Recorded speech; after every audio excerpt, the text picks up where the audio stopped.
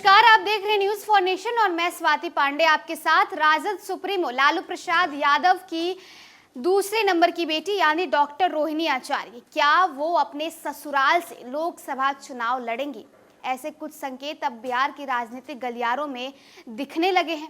दरअसल अपने social media पर यूं तो रोहिणी आचार्य काफ़ी एक्टिव रहती हैं, अपने विरोधी यानी बीजेपी को लेकर लगातार टिप्पणी करती, तंज कसती अपने सोशल मीडिया प्लेटफॉर्म के जरिए नजर आती है रोहिणी आचार्य। और इतना ही नहीं, अब जब वो बिहार से बाहर, बिहार ही नहीं देश से बाहर सिंगापुर में रह रही हैं, तो वहां से भी अपने सोशल मीडिया पर काफ़ी एक्टिव है रोहिणी आचार्य। अब ऐसे में उनके लोकसभा चुनाव लड़ने को लेकर काफ़ी संकेत आ रहे हैं। संकेत ये कि जहां उनकी ससुराल है यानी काराकाट लोकसभा क्षेत्र से क्या रोहिणी आचार्य साल 2024 में लोकसभा चुनाव लड़ेंगी?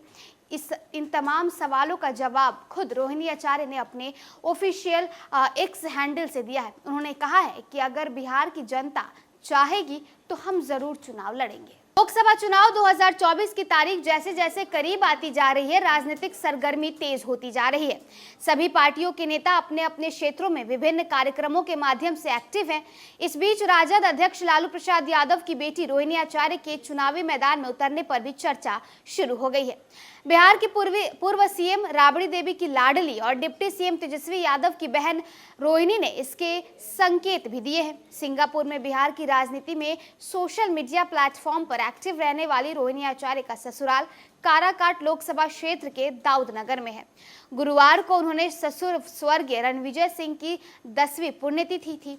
रोहिणी आचार्य अपने ससुराल के परिवार के साथ वहां पहुंची थी। कार्यक्रम के दौरान मीडिया कर्मियों ने जब उनसे सवाल पूछा, उनके चुनाव लड़ने को लेकर सवाल पूछा, तो उन्होंने इस पर जवाब देने से मना किया। लेकिन जब फिर से सवाल किया गया तो रोहिणी आचार्य ने कहा कि अगर क्षेत्र की जनता की इच्छा होगी तो वो चुनाव जरूर लड़ेंगी। हालांकि उन्होंने ये भी कहा कि इसके लिए अभी तक उन्होंने कोई प्रयास नहीं किए हैं, लेकिन पार्टी और जनता की इच्छा होगी तो चुनाव लड़ सकती हैं। एक सवाल के जवाब में रोहिणी आचार्य ने कहा कि अभी तक वो अपने पिताजी और माताजी की बात सुनती हैं, लेकिन जनता कहेगी तो उनकी भी बात जरूर सुनेंगी। रोहिणी आचार्य के संकेत से चर्चा तेज हो गई है कि काराकाट लोकसभा क्षेत्र में वो उतर सकती हैं। फिलहाल जदयू के महाबली सिंह इस सीट से सांसद हैं। रोहिणी के चुनाव लड़ने का मसला अगर सामने आने पर अब राजनीतिक गलियारों में हलचल तेज हो गई है।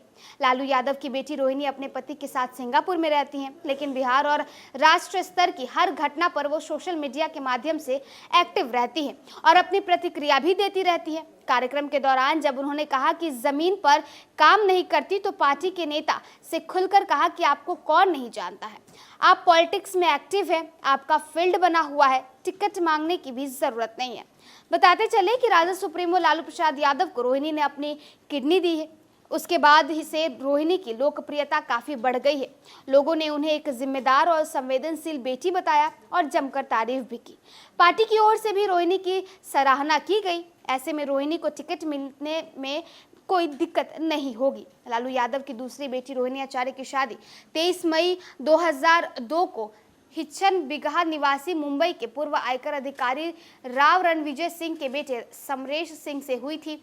यह शादी समारोह काफी चर्चा में भी रहा था। बिहार के पूर्व मुख्यमंत्री और राजद सुप्रीमो लालू प्रसाद यादव की बेटी, जिन्होंने लालू प्रसाद यादव को अपनी किडनी दी थी, यानी रोहिणी आचार्य, अब उनकी चर्चाएं बिहार की राजनीति में तेज हो गई है। चर्चा ये कि अब काराकाट लोकसभा क्षेत्र से क्या रोहिणी आचार्य 2024 में लोकसभा चुनाव लड़ेंगी, क्योंकि जब से रोहिणी आचार्य ने लालू प्रसाद यादव को अपना किडनी डोनेट किया है तब से वो काफी लोकप्रिय हो गई हैं।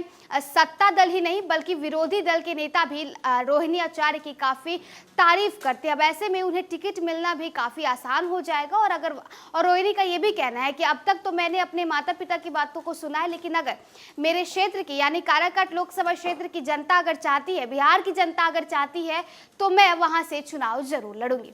फिलहाल रोहिणी काराकाट से लोकसभा चुनाव लड़ेंगे या नहीं, इस मामले में जो कुछ भी अपडेट निकलकर सामने आएगा उसके साथ हम हाजिर होंगे। फिलहाल हमें दे इजाजत। धन्यवाद।